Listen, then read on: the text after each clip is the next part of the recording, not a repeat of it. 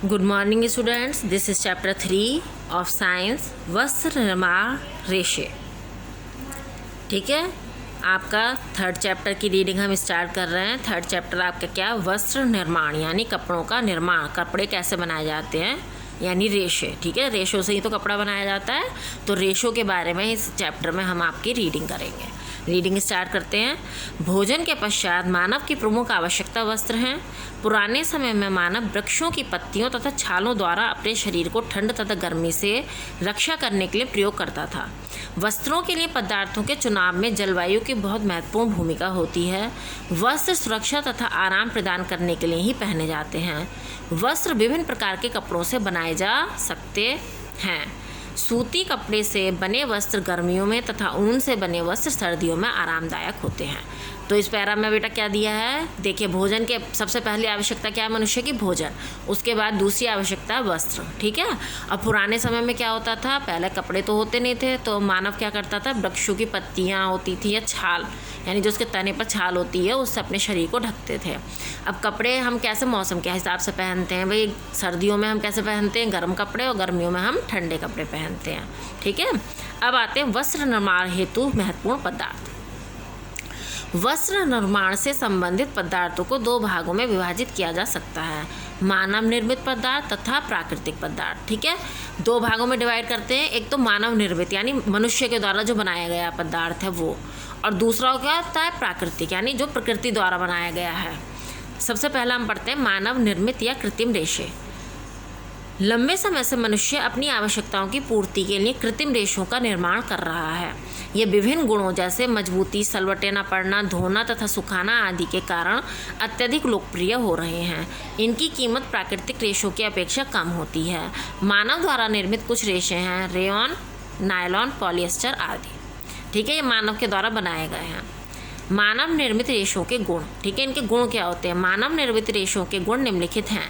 जल अवशोषित नहीं करते हैं, शीघ्र ही सूख जाते हैं, लचीले, मजबूत तथा सलवटों रहित होते हैं, वस्त्र व छतरियाँ बनाने के लिए प्रयोग किए जाते हैं, नाव, पैराशूट आदि में पाल बनाने के लिए, अग्निशमकों में जल की नलियाँ बनाने के लिए प्रयोग किए जाते हैं।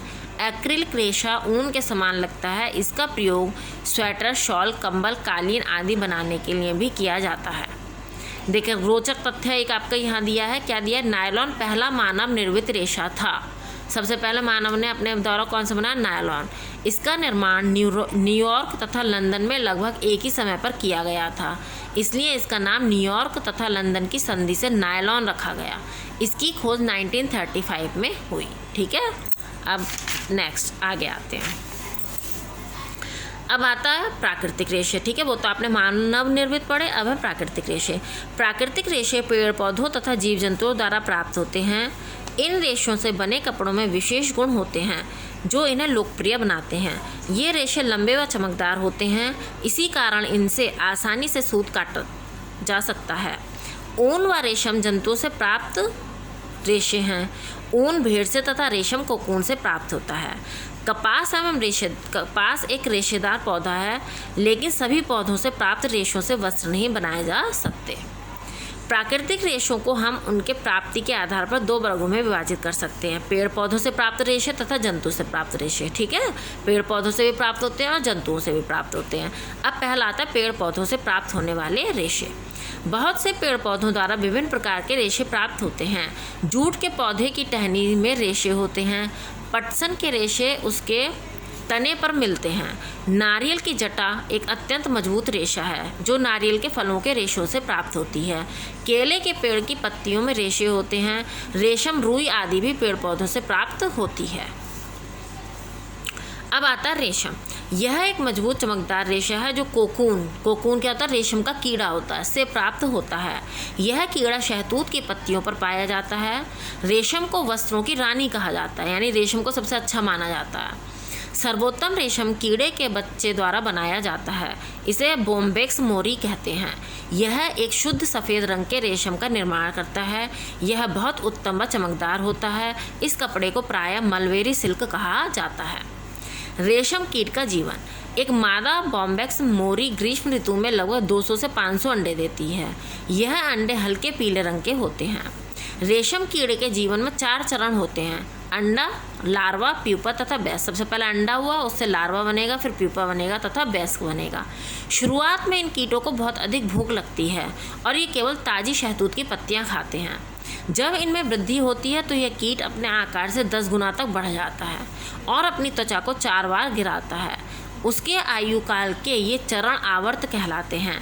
पहले आवर्त में कीट काले होते हैं, दूसरे व तीसरे आवर्त में कीट काले सिरों के साथ हरे सफ़ेद होते हैं, 5वें या आखिरी आवर्त में कीटों के सिर सफ़ेद हो जाते हैं।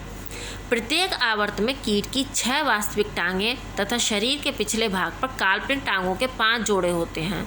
इसका शरीर कुल 13 हिस्सों से मिलकर बना होता है तथा इनमें प्रत्येक पर एक तरफ काला छिद्र बिंदु होता है जिन्हें रंध्र कहते हैं। ये कीट इन्हीं छिद्रों की सहायता से सांस लेते हैं। पूर्ण विकसित रेशम कीट खाना बंद करने के पश्चात डिंब वृक्षों या झाड़ियों के तनों पर चढ़कर अपने चारों ओर निरंतर धागों का जाल बुनता है तथा एक रेशमी कोकून बनाता है। यह इसकी कीट कोश अवस्था होती है। लगभग 3 दिन के पश्चात यह बुनने का कार्य समाप्त होने पर प्यूपा में बदल जाता है। यह लगभग 3 सप्ताह में प्यूपा बन जाता है और अपना जीवन चक्र पूर्ण करता है।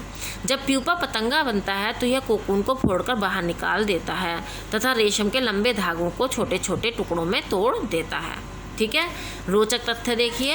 1 किलोग्राम कच्चे रेशम के उत्पादन के लिए करीब 5500 रेशम के कीड़ों की आवश्यकता पड़ती है। अगर 1 किलोग्राम कच्चा रेशम चाहिए तो 5500 रेशम के कीड़ों की आवश्यकता आपको पड़ेगी। ठीक है, ये रीडिंग हम यहीं पे ख़त्म करते हैं इस चैप्टर की। आगे की रीडिंग आपको दूसरी वीडियो में भेजेंगे।